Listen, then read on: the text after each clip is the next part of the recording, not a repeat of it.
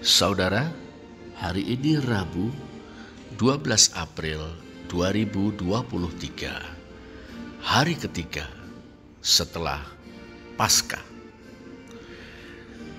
Dalam Amos 5 ayat 14 kita membaca, "Carilah yang baik dan jangan yang jahat supaya kamu hidup. Dengan demikian Tuhan Allah semesta alam akan menyertai kamu seperti yang kamu katakan."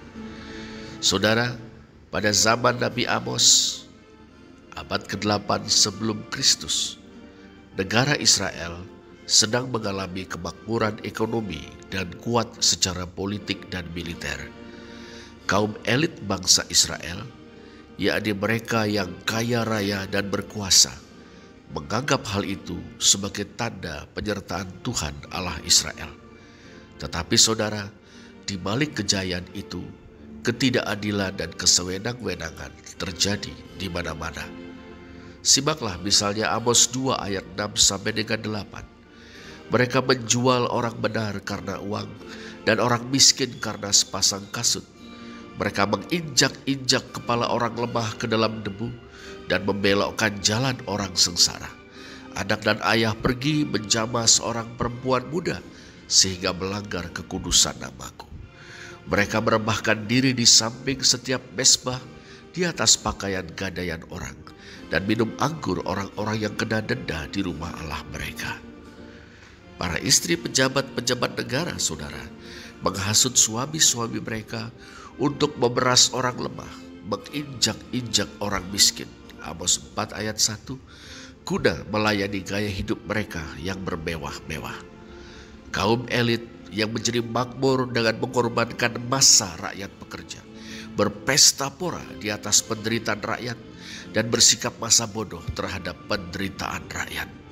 Mereka berbaring di tempat tidur dari gading, duduk berjuntai di ranjang, memakan anak-anak domba dari kumpulan kambing domba dan anak-anak lembu dari tengah-tengah kawanan binatang yang tambun.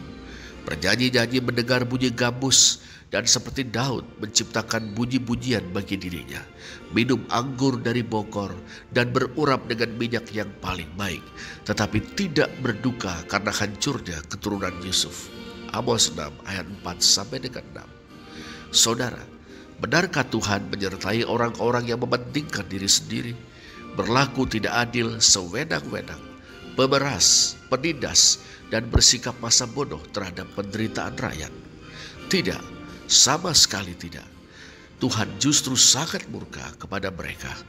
Kebinasaan sudah menanti mereka, tapi Ia ingin mereka bertobat, berbalik dari dosa-dosa mereka kepada keadilan, kebenaran, dan solidaritas dengan orang-orang yang rentan secara sosial, yaitu para janda, yatim piatu, orang asing, kaum miskin dan tertindas.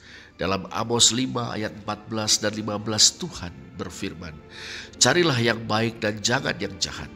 Bencilah yang jahat dan cintailah yang baik. Tegakkanlah keadilan di pintu gerbang." Saudara, kita yang telah dipersatukan dengan Kristus dipanggil untuk membenci kejahatan dan hidup dalam keadilan, kebenaran, dan solidaritas dengan mereka yang miskin, terhisap, tertindas, dan terpinggirkan. Mari kita berdoa.